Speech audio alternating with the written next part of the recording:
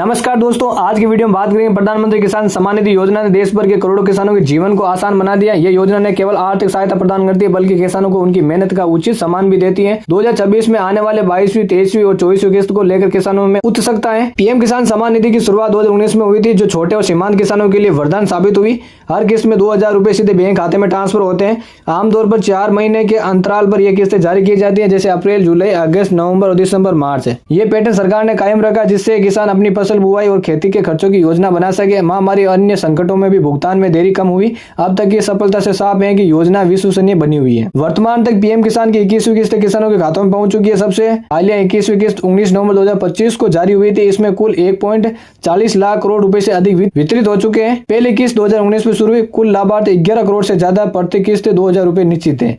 ये आंकड़े योजना की लोकप्रियता दर्शाते हैं। 2026 में नई किस्तें इस गति को बनाए रखेगी। 22वीं किस्त वित्त वर्ष 2025 और 26 की आखिरी किस्त होगी। अनुमानित रूप से यह फरवरी या मार्च 2026 में आ सकती है।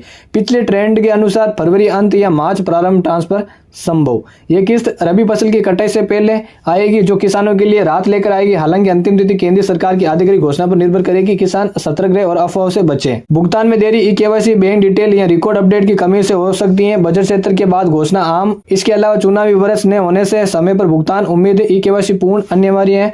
बैंकिंग लिंक आधार कार्ड से जुड़ा होना चाहिए। लाभार्थी सूची अपडेट होनी जरूरी है। 23वीं किस्त नई वित्त वर्ष 2026-27 की शुरुआती किस्त होगी। अप्रैल में 2026 में इसके आने की प्रबल संभावना। यह खरीफ फसल की तैयारी के लिए उपयोगी साबित होगी। और 24वीं किस्त अगस्त और सितंबर 2026 के आसपास जारी हो सकती है।